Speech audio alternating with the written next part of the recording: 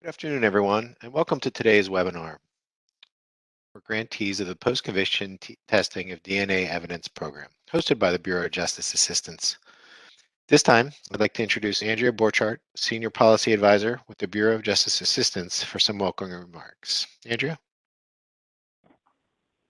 Thank you, Daryl. And welcome all to the kickoff webinar for the FY21 grantees to the Post-Conviction Testing of DNA Evidence Program. We'll have three main presenters today besides Daryl. I'll have myself, Andrea Borchardt, I'll have Kathy Manning, and Nicole Norbesh. And we'll take turns presenting the material to you today since we all play different roles in managing your awards. I myself am super passionate about this program. I'm a former DNA analyst, and I've likely worked with many of your agencies in my past role in the lab. Today, our agenda will touch on topics that will help you successfully manage your award and to complete your projects. Give you a little bit of a background about the program, how to manage your post-conviction testing of DNA evidence, some expenses that are allowable and unallowable, special conditions, forensic genetic genealogy, any modifications you might need to your award once you've accepted them, progress reports, and performance management, and then we'll close with some contact information and resources before we open the Q&A. As background to the program, this solicitation was created in response to the Justice for All Act of FY 2005, and the Justice for All Act was actually reauthorized most recently in FY 17. The language in the legislation, quote, directs the Attorney General to establish the Kirk-Bloodsworth Post-Conviction DNA Testing Grant Program to award grants to states to help defray the costs of post-conviction DNA testing, unquote. And as such, we created the program, the grant program, to assist with defraying the costs associated with post-conviction case review, evidence location, and DNA testing in violent felony cases as defined by state law, where the results of such testing might show actual innocence. The program was first computed in FY 2007, with funds finally being awarded in FY 2008. To date, we've made 94 awards totaling over $71 million. And with that, I'd like to congratulate all of you, the FY21 grantees, and I have a list of all of your agencies on this slide. At this time, I'm going to turn it over to Kathy Manning to talk about a little bit of awards management. Kathy? Great. Thanks very much, Andrea. Hi, everyone. Thank you so much for joining us. Congratulations on your awards, and we're happy to have you join us on this call today. What I want to refer to first here on this award management slide, this is really what we refer to as sort of the three aspects when we talk about federal grants management: administrative, programmatic, and financial. So for your organization, as you're kicking off this award, you want to make sure you have the right person or the right people assigned to these different functions or aspects of grants management. It might be 1, 2, or 3 different people working on these administrative, programmatic, and financial aspects. For example, your PI might not be the person who's actually submitting, reports in Just Grants, running financial reports, et cetera. So you want to think about, what are the tasks involved, especially as we talk through this presentation today. What are the tasks involved in managing this grant, and then select the right person or people to build your team. Specifically in Just Grants, if you haven't already, you'll need to assign a grant award administrator and a financial manager to do a lot of these tasks in the system. And there is a training document, which you should already have, but I can resend if needed, about user roles in Just Grants related to these tasks that is helpful to help you think about who to assign to which functions.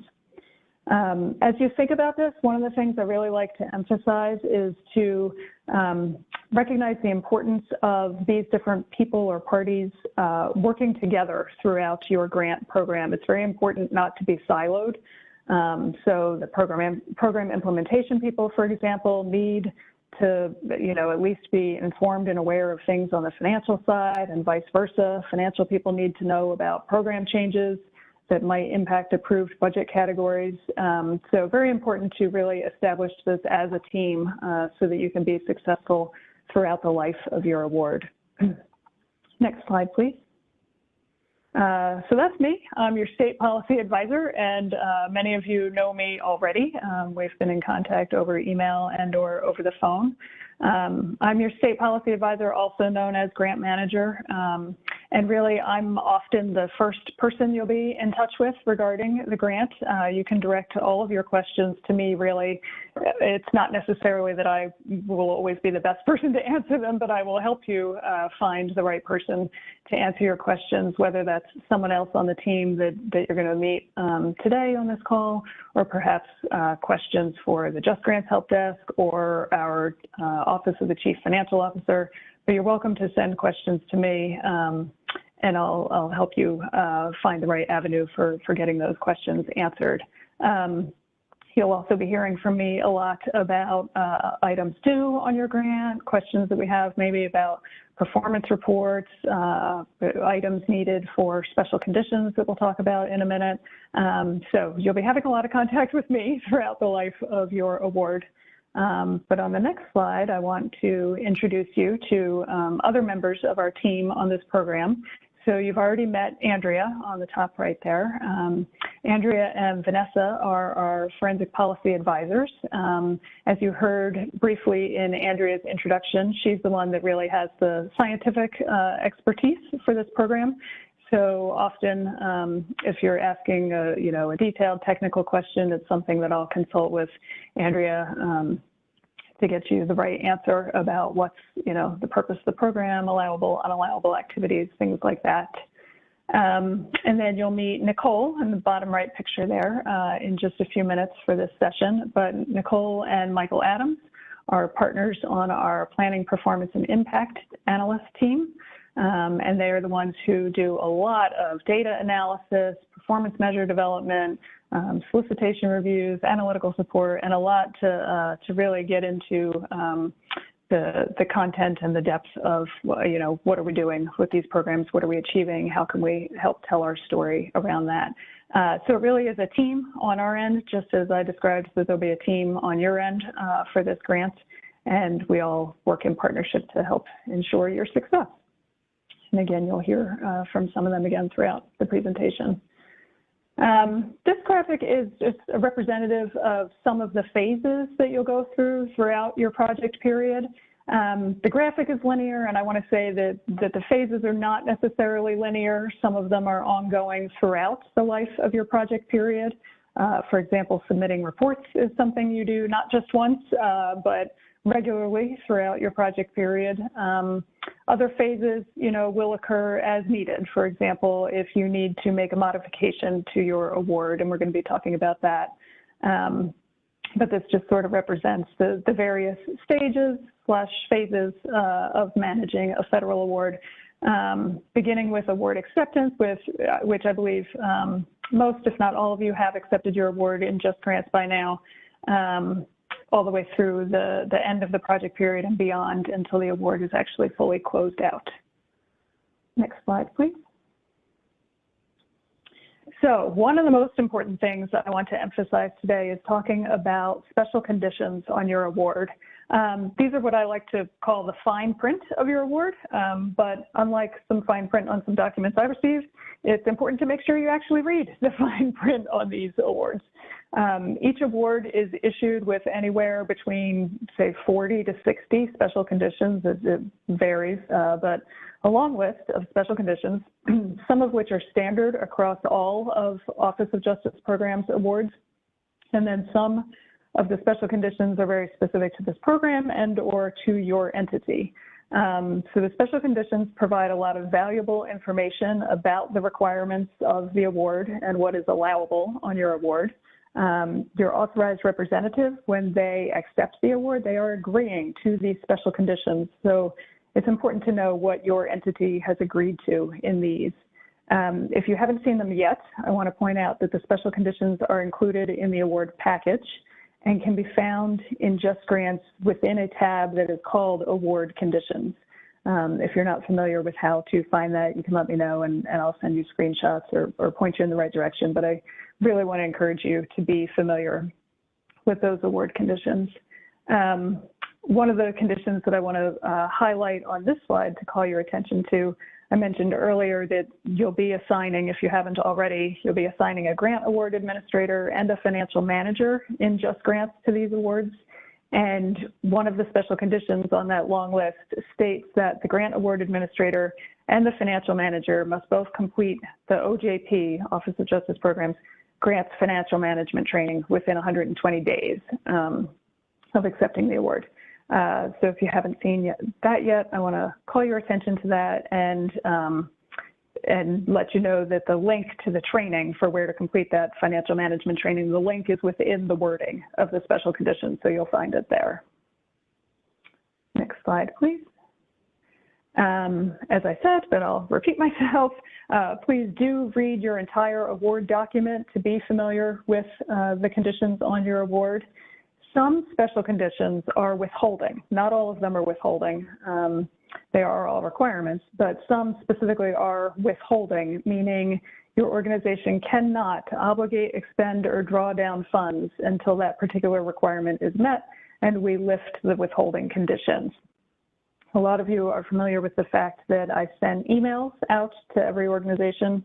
On December 2nd, I sent emails to each of the contacts that were listed in Just Grants at that time on your award with details about any withholding special conditions on your award and what is needed to resolve them. For example, maybe a budget modification or a missing form or certification that needed to be provided. If these have not yet been resolved and lifted, again, do keep in mind that you cannot begin obligating, expending, or drawing down funds yet until these are lifted. And this, I want to emphasize again, is a really important point to make sure that the people on your team, financial, programmatic, administrative, make sure that the people on your team are aware of these holds, what's needed to do to get them resolved, and then also aware of the date when the holds are lifted so that award activity can begin. As I mentioned, I sent an email on December 2nd to the people that were listed in Just Grants at the time for each award, highlighting the specific withholding conditions, but again, important to read all of the conditions that are on the award. I did not include every condition in that email, so please do make sure you go back and double check all of the conditions on your award. Next slide, please. So this slide just has an example of some of the fine print, some of those special conditions that I talk about. As you read each one, please be sure to note specific requirements within each. For example, some of them have particular time frames, such as, please give us 10 days to review press releases.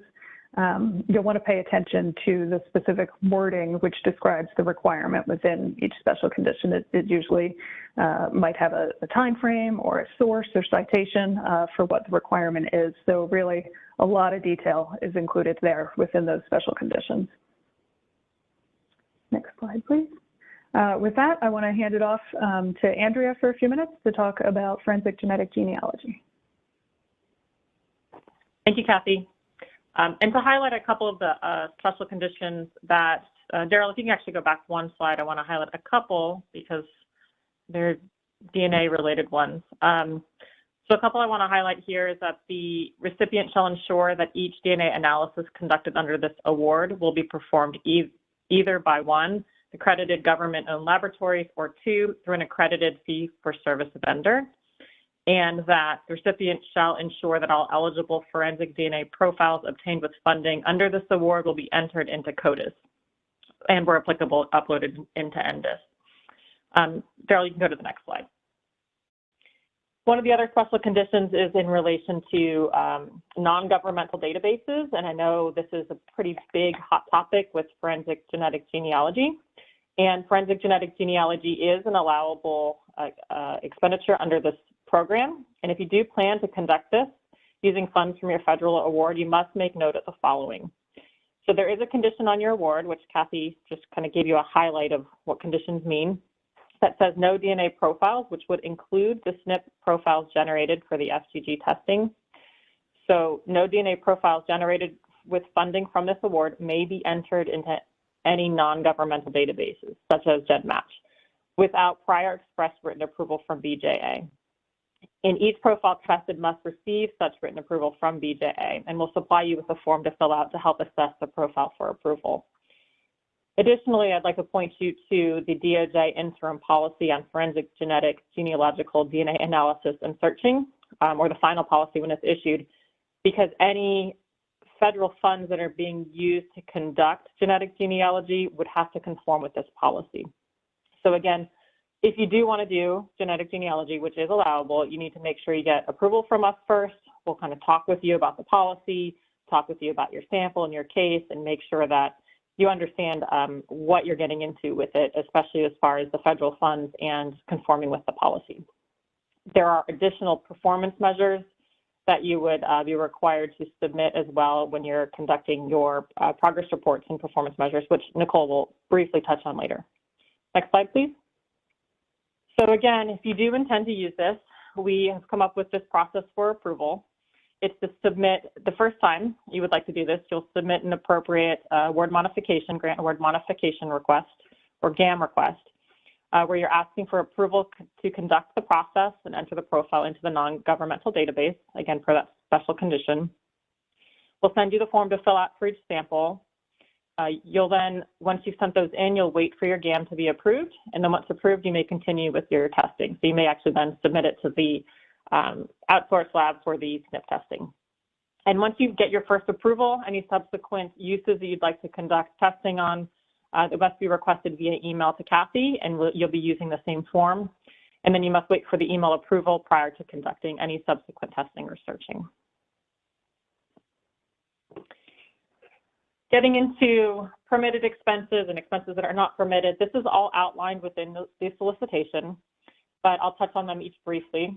So you can provide salary and benefits for additional employees to assist you with your project goals. You can provide overtime to staff. You can use limited funds for travel. The funds may be used for expenses directly associated with the case identification, case review, location of evidence, or DNA analysis. I know a lot of times you might have to drive or fly, hopefully just drive if you're in a smaller state, to the forensic lab or the police department to try to search to see if the evidence still exists. So that is an allowable expense. Certain computer equipment that is to be used exclusively for case identification, review, location of evidence, or DNA analysis. Certain lab supplies are allowable. You're able to engage additional temporary personnel. You can conduct procurement activities from private labs for DNA analysis. Again, those must be accredited, and they must have some arrangement where the profile could be uploaded to CODIS per the conditions on the award. And limited training is allowable, but the training must be directly related to case identification, case review, location of evidence, and DNA analysis. Any of you who are previous grantees on previous years for this program, I will bring a point up about training. Previously, the training was only allowable for grant-funded staff. We have opened that up to allow training for additional personnel within your entity or within your agency, so long as the training is directly related to their job functions and to case identification, case review, location of evidence, and DNA analysis. Next slide, please. Okay, so there are some expenses that are not permitted. So among other things, funds may not be used for costs for post-conviction relief litigation after the DNA testing of biological evidence has been completed. So that is more of once the exoneration has happened. Salary and benefits for victim advocacy services are not permitted. Salaries, benefits, or overtime for staff who are not directly engaged in the case identification, case review, location of biological evidence, or DNA analysis of biological evidence. It's not permitted to purchase laboratory equipment, construction, renovation, provide office furnishings, provide witness travel, or general litigation training, or any training that's not related specifically to post-conviction DNA training. Next slide, please, and I'll turn this back over to Kathy. Great, thanks, Andrea. So grant monitoring is one of the phases of the grant life cycle that we saw earlier with that graphic, that linear graphic. When we talk about monitoring, we monitor in a variety of ways. Reviewing your performance report is a form of monitoring. We conduct annual desk reviews. We do enhanced reviews, either on-site or currently remote, which are a deeper dive into your entity's policies and procedures. So in a deeper review like those, we look at those three aspects that we discussed earlier, the programmatic, the administrative, and the financial aspects of grants management of your award.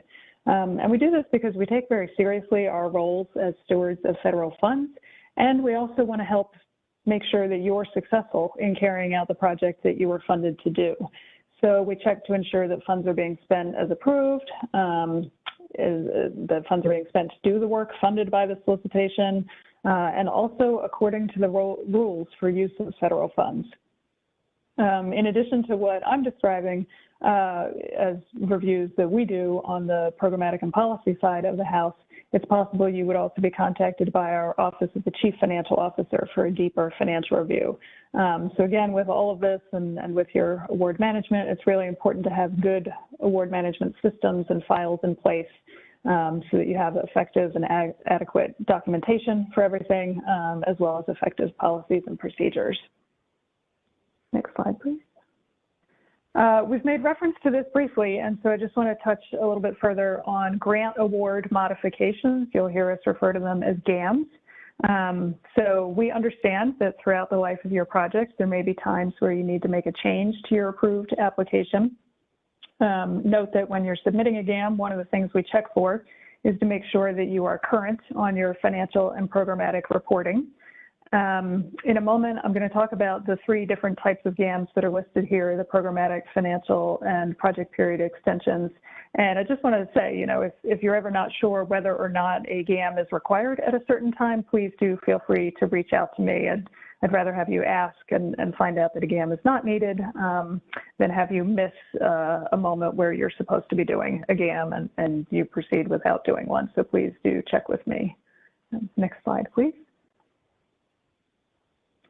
So again, GAMs typically fall into 3 buckets: programmatic, financial, or project period extension.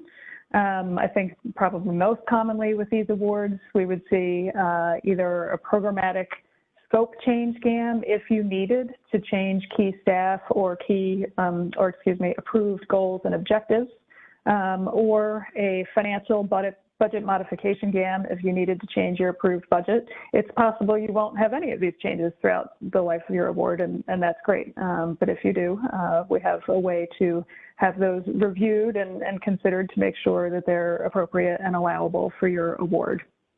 One of the ones that I want to touch on that's on this slide in that middle shape is under financial is the budget clearance GAM. So I know many of you are still waiting on your budget clearance GAM from our Office of the Chief Financial Officer. That's the method used now with Just Grants for OCFO to review your budgets, to request from you any possible changes or clarifications that might need to be made.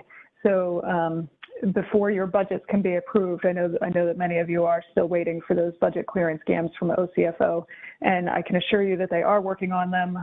Volume is incredibly high right now, but they are working on them, and you'll start hearing from them. So as you think about these GAMs, the possible need for a GAM, I want to encourage you throughout the life of your project period to be tracking the amount of time as well as the amount of funds that you have remaining on your award. Hopefully you'll be able to finish your approved project on time, but if you do need to, it's possible you would need to submit an extension request as we get towards the end of your project period. That's one, you know, we don't need to think about that one right now, but I just want to encourage you to be thinking about it throughout the life of your award. We typically ask grantees to submit it at least 30 days prior to the project end date, but to be honest, I prefer about 60 to maybe 90 days before your project period end date to look at whether or not an extension is needed and warranted. But the reason I say, you know, we don't need to think about these yet is it's too soon at this stage in the game to know for sure that we will need extensions. It's possible, but we typically don't get into looking at whether an extension is needed until about 90 days before the project end date. So we've got time to think about those. The other point I want to make on this slide is just to please, you know, be mindful of lead time needed to get these approved. You know, it can take a few weeks, honestly, depending on whether clarification is needed or the number of people involved in the review. These GAMs do not just go through me, but they go through multiple levels of review. It's Typically, I check with Andrea to make sure that any proposed changes are allowable. They also go through my supervisor. Any financial GAMs also go through our office with the chief financial officer and potentially a supervisor there. So there are multiple levels of review, and those steps take time. So please do submit any GAM with sufficient lead time for any clarification needed and the levels of review that occur with each. And when I say sufficient lead time, I would say at least 2 weeks, but to be safe, build in a little more time than that. Please don't submit at the last minute saying, hey, we need to do this thing tomorrow. Please approve this, because we need more time than that. Next slide, please. Reporting is something else we looked at in that earlier slide about phases of award management. Throughout your award, you'll have financial reports that are due quarterly. The federal financial report we refer to as FFR are due quarterly, and then progress or performance reports are due semi-annually, so twice a year. And both of these reports are a way for both us, to have some insight into how your program is going, but also for you to track the progress of your project. So again, this is another example where it's important for the programmatic and the administrative and the financial sides of your house to all be on the same page so that things make sense. Where you are programmatically with the project, does that make sense in terms of where you are financially with the project and how much has been obligated or drawn down or expended so far? With each of these types of reports, they are required, according to their associated timelines, whether or not there was any grant activity. So even if you haven't expended any funds yet, or even if you haven't had any activity yet, you would still need to submit the report in Just Grants according to the timeline, partly because if you don't, your funds will be frozen due to an overdue or delinquent report.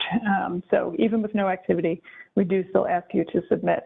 And for progress reports, I'll point out that it's a two-step process: reporting in PMT, our performance management tool, which I think Nicole is going to speak about shortly, and then uploading that report into Just Grants. Next slide, please. So a little bit more in depth on each one. So financial reports, again, as I said, they're due quarterly, and here's the timeline for when those are submitted, the reporting period, and then the due date. I just want to point out in the second bullet point here where it says no activity, enter 0. There's been a change recently with how FFRs are completed. It used to be more quarterly based, the information that you would enter, but now it is cumulative.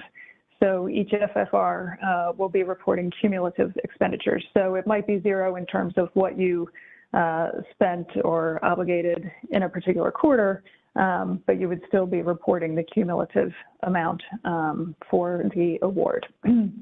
There is guidance on the Just Grants training page on how to do financial reports, as well as there's guidance on all the other Just Grants tasks on the Just Grants training page. And then I also want to emphasize to be familiar with the DOJ financial guide, which also gives guidance for how to manage your award. The link for the financial guide was included in those emails that I sent out in early December that I talked about earlier, where I sent the information about withholding special conditions. There was also a link to the DOJ financial guide. So would encourage you to share that as a resource with your team and make sure people are familiar with both of those resources, the financial guide and the Just Grants training resources.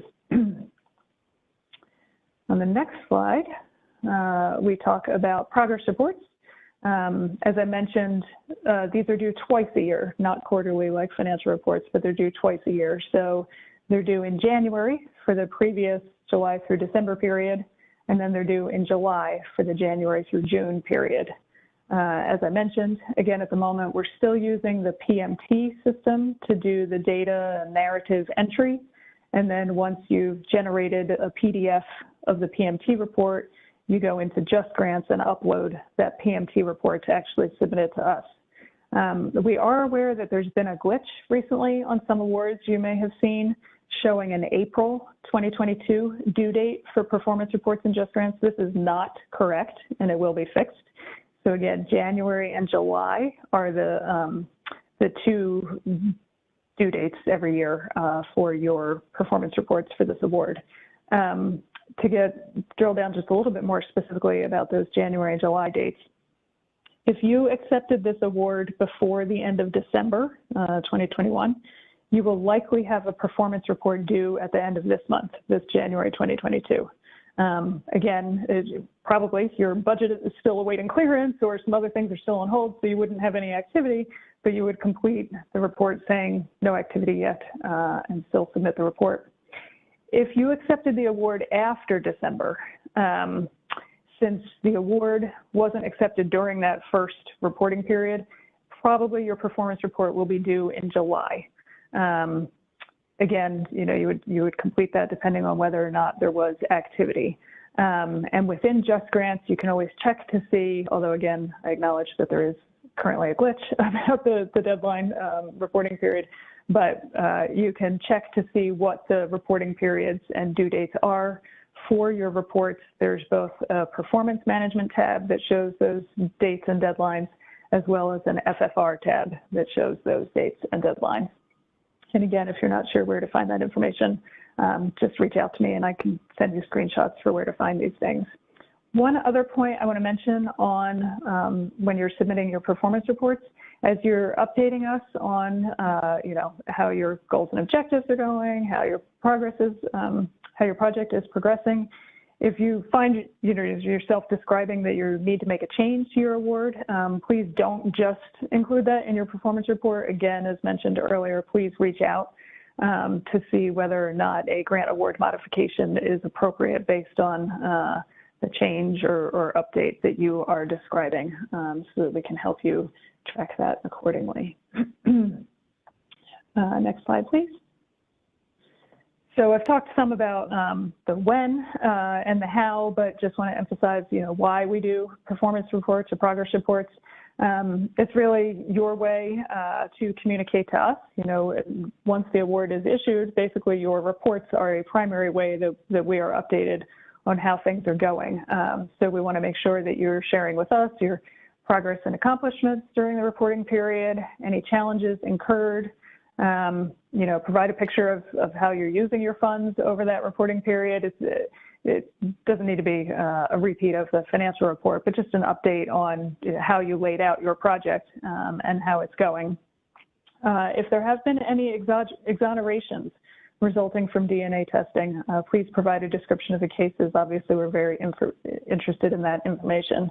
And then activities planned for the following 6 months that we'd like to see in your performance reports. So please do provide us with sufficient narrative to really, paint the picture of how things are going with your project, so we can understand if you need any assistance, if things are going well, or just where things stand with your report is very helpful to us. And with that, I will turn it over to Nicole to talk more about performance management. Thank you, Kathy, and welcome everyone. So I'm going to start off with what is performance management. It is the process by which grantees regularly collect data on their grant activities to determine whether they're implementing activities as intended and achieving desired goals and objectives. And we do this through performance measures, which are the data collected using a questionnaire that was established for each individual program. And you can find the questionnaires at the link provided here on the BJA Performance Measures webpage. So, excuse me, Kathy touched on this a little bit, but why do we use performance measures? The reason's twofold. Both BJA and our grantees benefit from the data collected through performance measures. For BJA, it allows us to identify areas of success and potential areas of improvement, track grant activity and progress towards goals, understand how funds are being distributed, and it's the law. For you guys, the grantees, benefits include identification of areas for improvement, so you can focus internal effort. It promotes the ability to proactively request technical training and technical assistance to address any challenges that you may be facing. And it generates evidence of progress towards the goals that you have, which can lead to resource advocacy for sustainability. And before we get into the meat of the performance measures, I wanted to take some time to highlight some accomplishments from this program. So exonerations aren't the sole measure of program success, but 56 exonerations have resulted from the post-conviction program, which is pretty awesome. Additionally, over 150,000 cases have been reviewed, over 300 profiles have been uploaded into CODIS, and over 80 CODIS hits have been reported. So these are the types of data that gets collected and reviewed through performance measures and gets reported publicly to show the successes that we're having with the program. What are the FY21 performance measures? The post-conviction program has undergone substantial changes in the performance measures questionnaire since last year when the FY20 awards began reporting. So we wanted to go over some of those changes to bring them to your attention. I encourage you all to closely review the updates and contact us if you have any questions. So let's take a look at those. In the narrative section, we have 5 NIJ narrative questions that were removed, and we added 7 standardized narrative questions. There are 3 new questionnaire sections, including 9 forensic genetic genealogy questions, 3 training questions, and 3 final report questions. Next slide, please. In the semi-annual section, we have 4 measures that were updated with new language into unique performance questions, and 14 new standalone performance measures were added to the questionnaire. Some examples of new performance measures in the semi-annual section, an example is of the conviction DNA, of the post-conviction DNA cases with biological evidence found, how many cases were sent for DNA analysis. In the forensic genetic genealogy section, please enter the amount of federal funding used to conduct FGGS since the beginning of the grant program. We just wanted to provide a couple of examples for these updated measures for you guys to see kind of what was added. Next slide, please. And we have several resources available for grantees, including performance measure reporting guidance, training videos, data collection best practices, and more. We've provided links here. The first link is to the performance measures webpage, and that is where you can find questionnaires and information on different programs and performance measures. And the YouTube channel link is right there. We have videos there. Other trainings are available there as well. Next slide.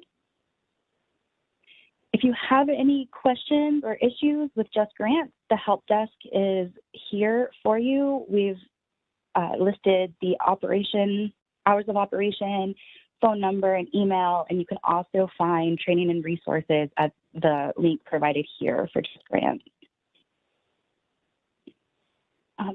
The PMT also has a help desk. Hours of operation and email are provided here. Please reach out if you have any questions or issues with anything involving PMT. And I'm going to pause for just a second. This is contact information for all of us, our emails, phone numbers. Take a screenshot, pull out your phone, take a picture. This is how you're going to reach all of us. Very important information here. And lastly, thank you so much for your hard work and your dedication. And at this time, we're going to turn it over for question and answer. Thank you. Yeah, thank you, Nicole. And just a reminder, the PowerPoint slides, transcript, and recording for today will be posted to the BJ website. So if you do need to go back and reference this, it'll be available approximately 10 business days or so.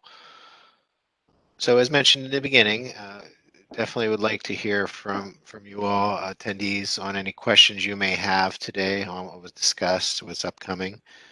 To do so, on the bottom right of your screen, if you just click on those 3 dots, and then there'll be a Q&A section. You can go ahead and enter it there, select all panelists. That way, as they're coming in, we'll be able to go through them in the list. I don't see any in the queue now, but we'll just hold on for a while as you gather your thoughts on what was presented, what you may have questions on. Daryl, this is Kathy. I see a question that may have come in to just me privately. I'm not sure if it went to all of the panelists, but I can take it. So the question is, if the progress report has to be submitted in Just Grants, can it be explained why the report needs to be done in PMT as well? Yes, so I acknowledge it is not ideal to have a two-step process right now. You may be familiar, those of you that have had grants with us in the past may be familiar that we've made a transition over the past year and a half from our old grants management system to our new Just Grants system. And there is a lot of functionality still being built out in Just Grants. For this program, the specific details of the progress reports and the actual performance metrics and data that we collect are not yet built into Just Grants. Someday, I believe they will be, but unfortunately at the moment they are not. So PMT is the system where you actually enter all of those details and generate the report in the PMT system. And then in Just Grants for this program, all you're doing is uploading it as an attachment and hitting submit. So Just Grants right now is the vehicle to submit that information to us. When you look at the training tutorials and stuff about performance reporting, you'll see reference to a question set in Just Grants. We are not using the question set for the post-conviction awards right now. So in Just Grants, really all you're doing is uploading the PMT report. I'm sorry that it's a two-step process, but this is where we are right now with these systems. So. We did have another question come in. If we accepted our award prior to 12/31, do we also need to submit a $0 FFR while we're waiting on budget approval? This is Kathy, I can take that one.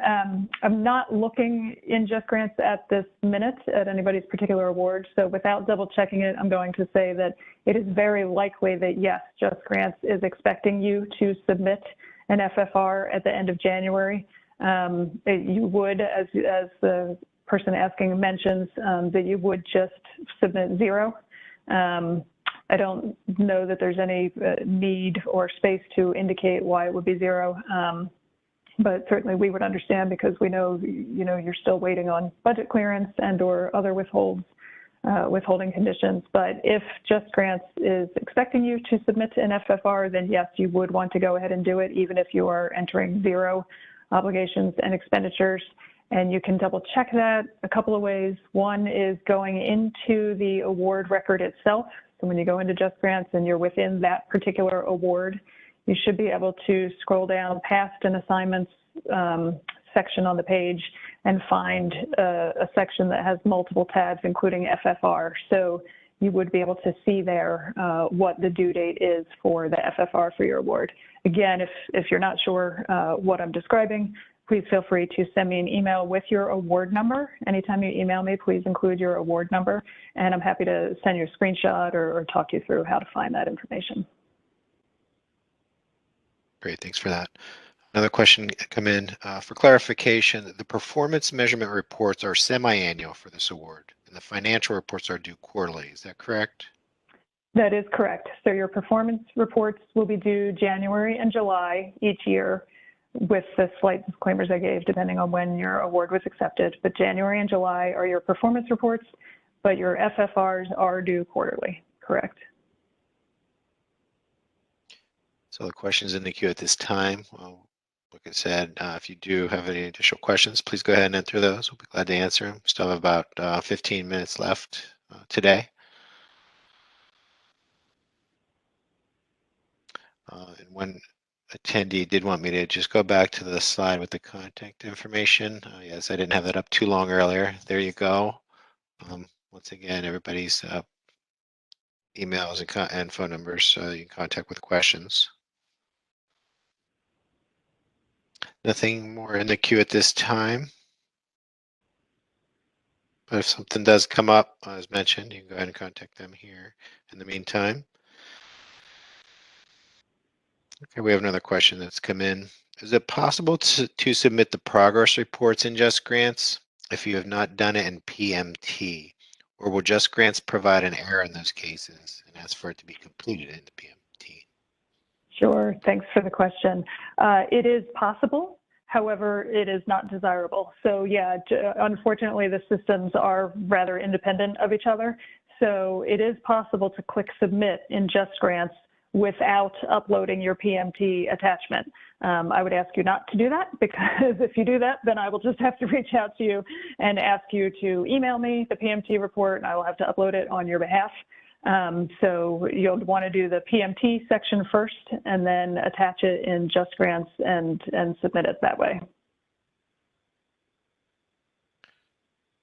Then is there a way to determine if withholding conditions have been resolved? Sure. There are a couple of ways.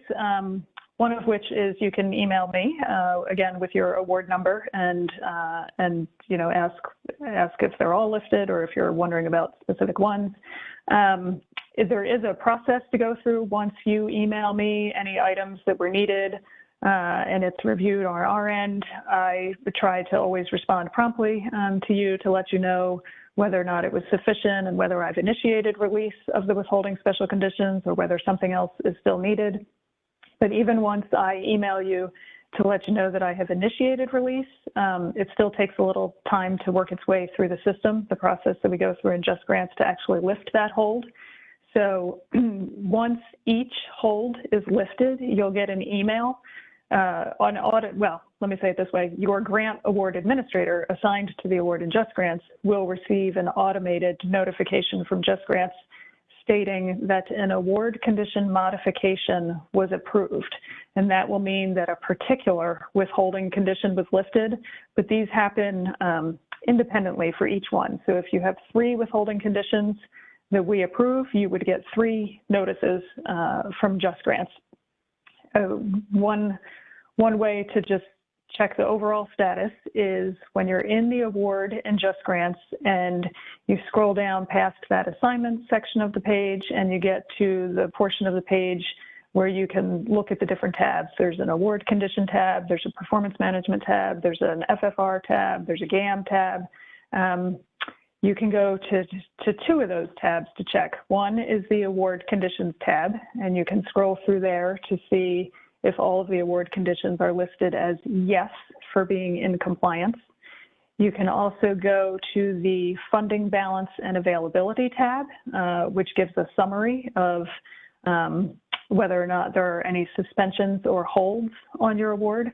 I realize I'm describing processes that might be hard to follow when you're not actually looking at your award in JustGrants. So again, please feel free to email me, reach out with your award number, ask if your holds has been lifted or not, and I'm happy to walk you through that status and whether anything else is still needed to get those lifted. Will we be required to complete the question set in the JustGrants performance report at any point? At this point, no. At this point, we are not using the question set in JustGrants because we are using PMT. The question set is for those grant programs that don't use PMT. So right now, when you're in JustGrants, you ignore the question set and just upload your PMT report and click submit. At any point in the future, I don't know the timing of when we would potentially make a shift to the question set instead of to PMT. So I can't say for sure about at any point in the future, but until you hear otherwise, we are not using the question set for these awards in the performance reports at this time. So all the questions in the queue at this time. If there's any additional ones, please go ahead and enter those in. Okay, I think that, there's one more question that's come in. The NEPA checklist that's required for labs to complete, does that just have to be done once a lab's identified for use with regards to testing? So I think based on the question and the email exchange we've had, well, let me back up and say this way. So a NEPA checklist is required for any lab that is doing testing. So we understand that certainly at the time of application, and possibly even now, you all might not have identified a particular lab yet. However, once that lab is identified, whether it's already known or still to be determined, we will need a checklist for each lab that is doing DNA testing using grant funds. Any lab that is receiving grant funds under this award to do DNA testing, we will need a NEPA checklist for, and it does need to be completed by the lab itself. Okay, that's all that's in the queue at this time. I think with that, we can go ahead and close today's program. So on behalf of the Bureau of Justice Assistants and our panelists, we want to thank you for joining today. If you do have any questions, please reach out. So this will end today's presentation at this point. Thank you very much.